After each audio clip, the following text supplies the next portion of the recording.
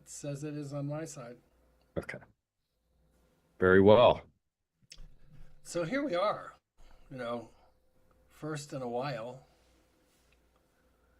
Yeah, too long, I might say. I think a lot Well, of people would say that. you get swept up, and life sort of overwhelms. What is it that Lennon said? Life is what happens when you're busy making other plans. Truth. Yeah. So, A lot of truth to that. yeah. So here we are, and we're ramping up for this class next week. I'm pretty excited about that. Yeah. No, I think it'll be one of those great workshops where, and it's truly a workshop. I mean, if we're just talking to people and there's no interaction, what what really is being gleaned from that? If you're not immediately understanding the information to the point of getting involved with it right away, then it makes things a little bit troublesome for some people. Well, at least for me, Lloyd, when I read something, it goes in here a little bit. And then if I write it down, that helps a little bit more. If I hear it and speak it, that's better. If I start doing it, that's better. And when I teach it, and teaching means if I'm talking to somebody else and doing it with somebody else and demonstrating it, then I get it. So Right. Yeah. I mean, it's one thing to sit in an audience and hear a lot of concepts and what people think about different things, but it's a totally different learning that takes place yeah. when you apply it and you apply it immediately and you see others applying it because even if it's one-on-one, it's not the same level of learning, if you will, as if you have a whole group going through and doing things. Yep. So what's happening in your world right now? I mean, there's plenty in mine, but Do we do we need a we don't couch? want to go into any of Do we need a couch for this? that. I'm not set up to have a couch in here for the counseling. Yeah. No, things are good. Things are also very interesting.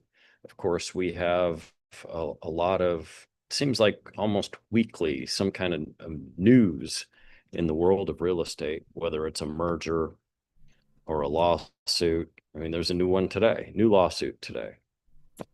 This time between Rocket and UWM, and Rocket has filed $100 million lawsuit today. There's no end to this stuff within our industry at this point in time, or at least it doesn't seem like it. No, I mean, it used to be that we said that, our country was litigious. And so be careful and be aware and try to make sure that you protect yourself, your business, your brokerage, and strategies around that. But now that, the litigious nature of our culture has just hit higher levels. So it's amazing. Mhm. Yeah. Yeah, no doubt about it. What do you think is the foundation of that? Well, I think it all started not too long ago with the Stitcher Burnett. I mean, it's just everybody has jumped on the if you want to look at it as a success because a small group won a very large award. Um,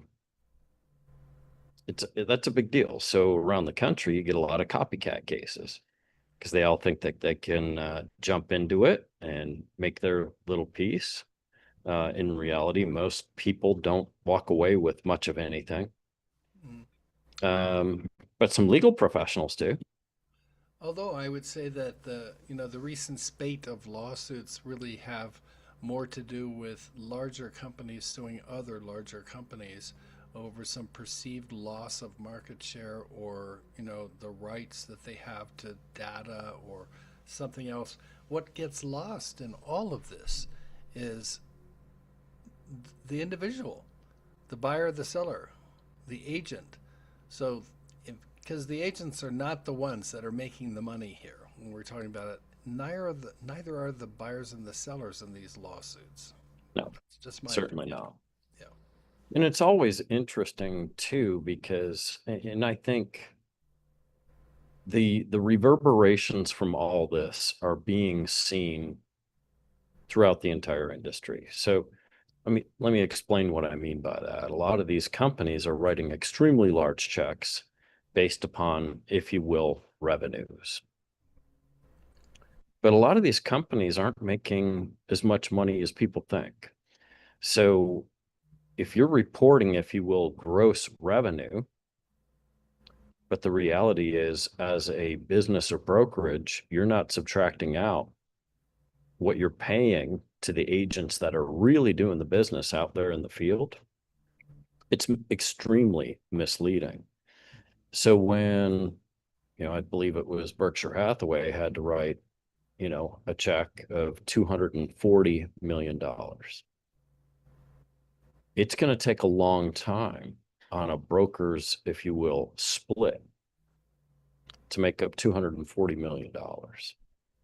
Because last time I checked, individual agents didn't have to write checks, but brokerages did.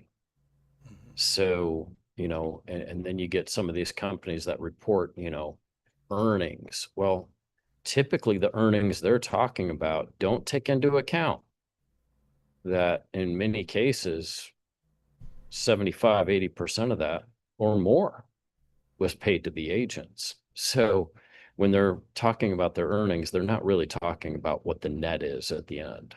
Mhm.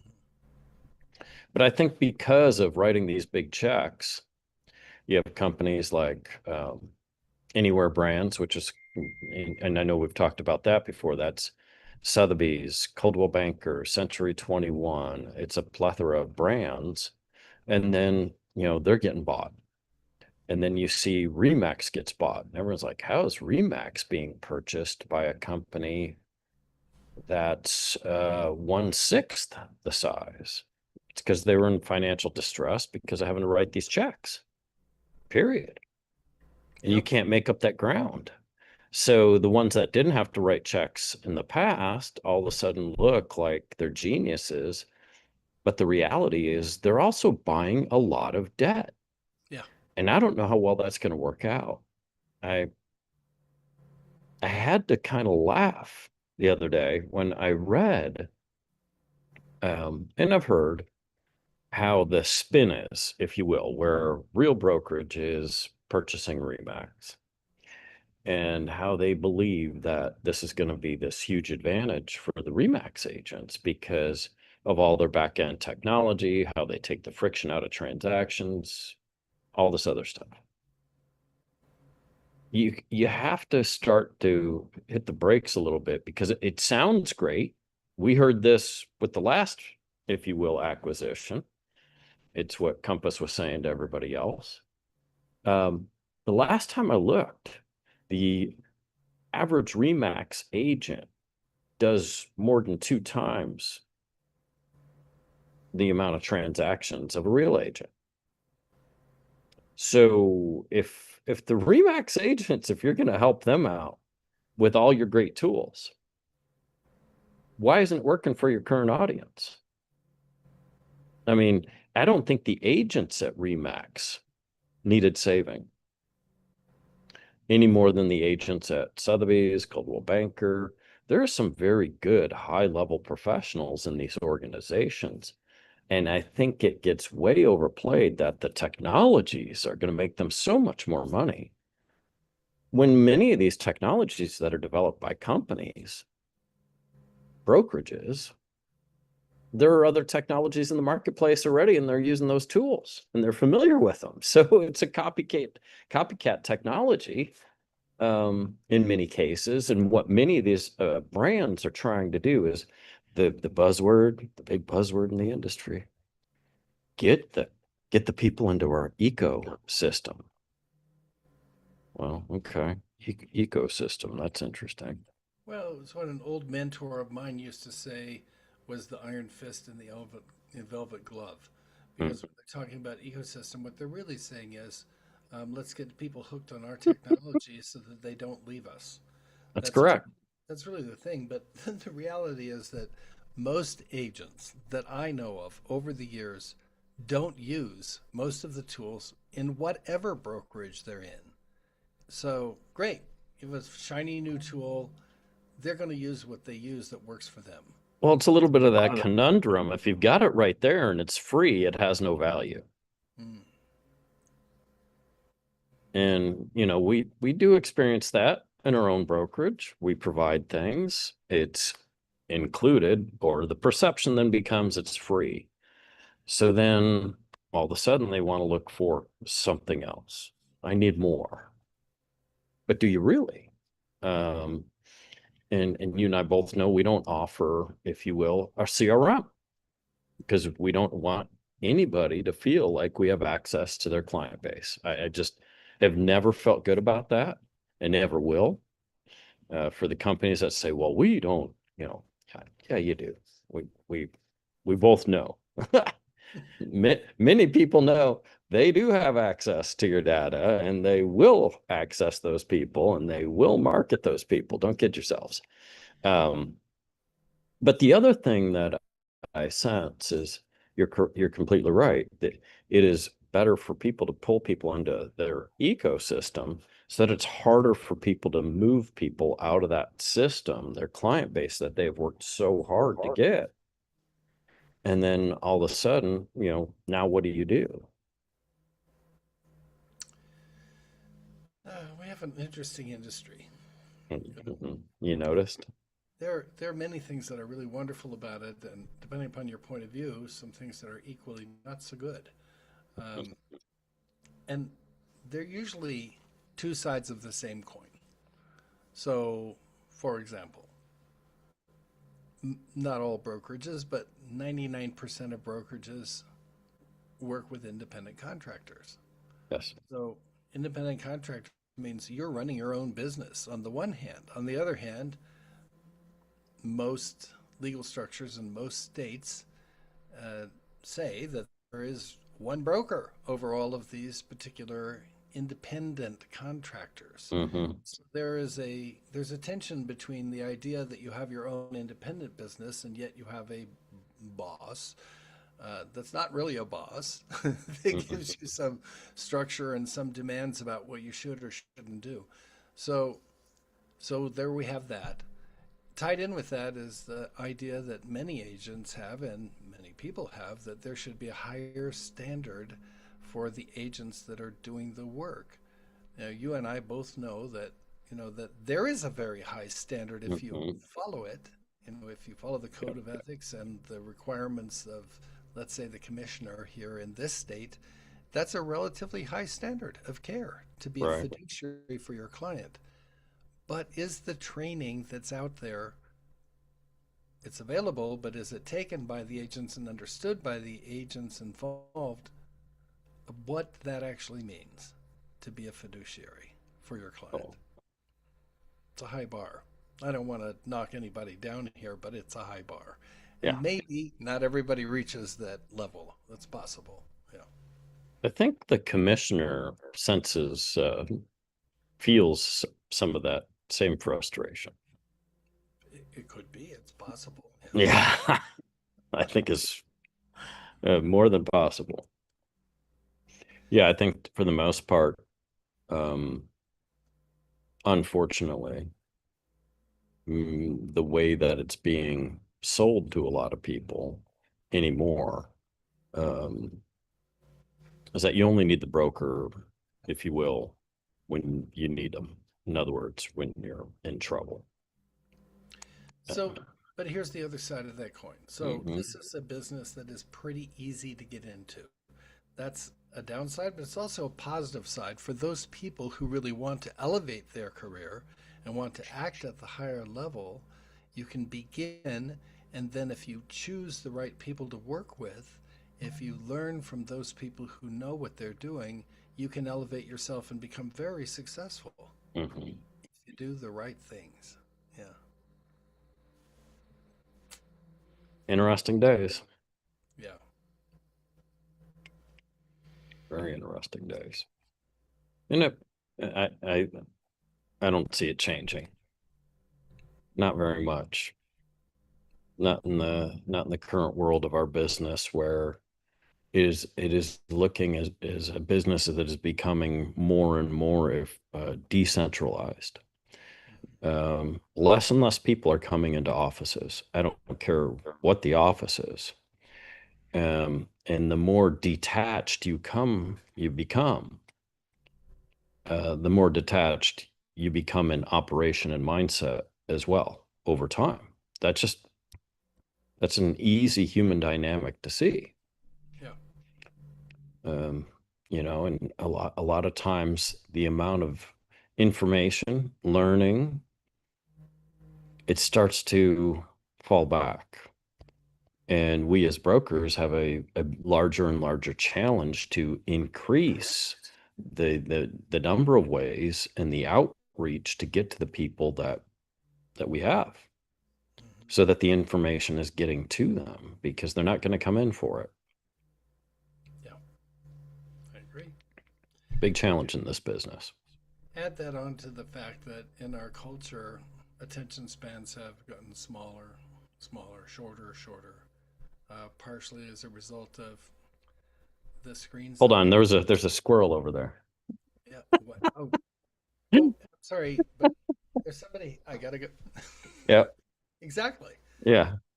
These wonderful things have not improved our attention Yeah. span. And the very fact that you think that you can get the answer to any question that you have in a moment's notice on your phone might be misleading you from the actual answer that you need to have. It's possible. Oh, wait a minute. You mean sometimes Chat GPT and others don't have all the answers? Well, it's on the internet, so it must be true. Oh yeah. Oh God. Yeah. We're all having agents and clients tell us the answer. It's like, well, not exactly, but no. Great thoughts, but that's not real. Unfortunately, we're forced to deal with that as well. And you're right. There's this again, how we're evolving.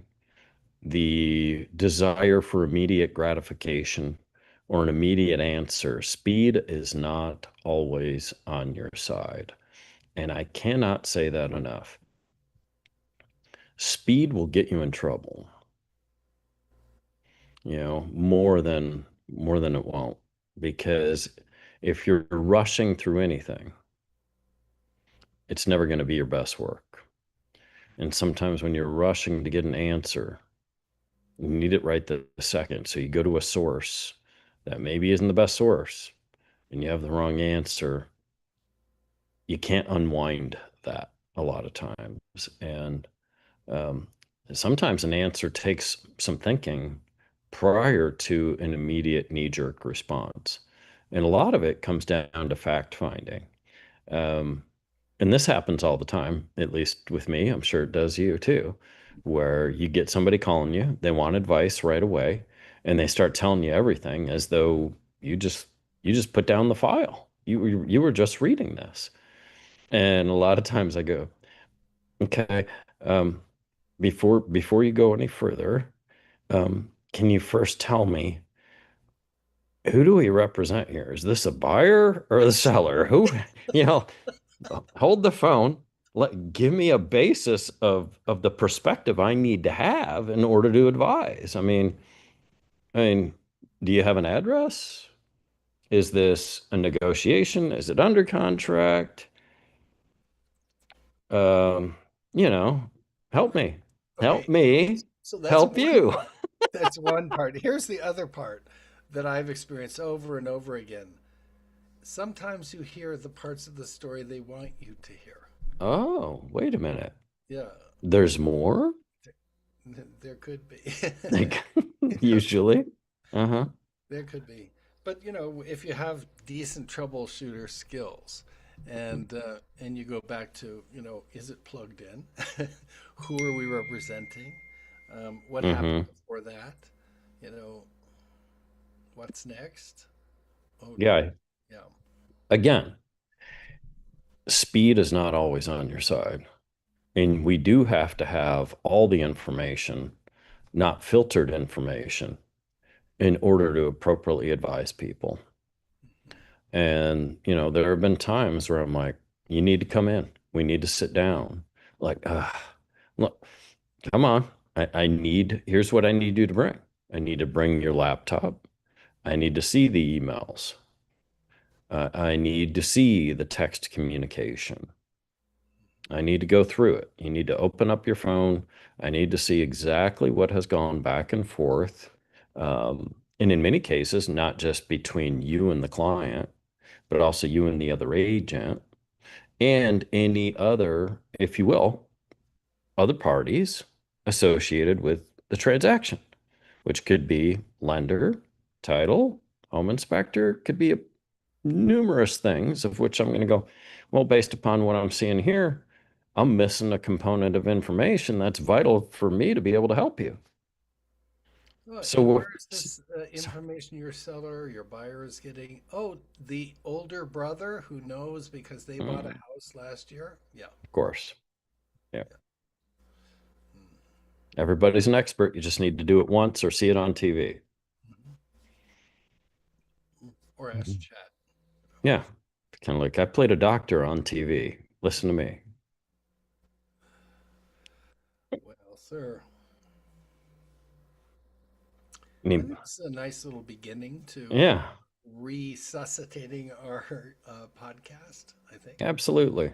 And I hope sometimes some of the information and things that we go over here are beneficial to a lot of people and how they perceive, if you will, the business, interaction within an office, culture, or anything that can assist anybody, quite frankly. So, You know what I think would be fun for some future, podcast is maybe to get somebody else to come on board with us. mhm. It'd be fun to, let's say, ask questions of Scott Drucker and then dispute his answers. Have a little fun with that. For example, Are we um, going to tell him that he's getting ambushed? I don't know. What do you think would be more fun? I think it would be more fun if he didn't know he's getting ambushed. Yeah, I think it would be. Of course, if he's watching right now, he already knows, but Right. he's probably not. So, Well, probably has a few other things going on in the middle of a Friday at the Arizona Association of Realtors office. yeah, I think so. Yeah, More than most likely. Well, I think it was nice to be able to reconvene here, yes. and we'll look forward to getting back together again next week. I'm Lloyd Next week. Fox. Yeah, next And I'm week. my Jack, John my Jack. All right. And of course, at the very least, we'll be doing our class next week on Wednesday. Yes, So, we will. so maybe we'll Or do a recap. That would be fun. So yeah, it would. talk about what happened and whether or not we're going to do another one, which I suspect we will because it's exciting material. It is. It's so applicable, and some of it is so obvious when you hear it. And as I go through the material, I learn more and more every time. And it helps you to retrace certain things that happen in your life and decisions that you make, and you're like, Hmm, that's how I got there.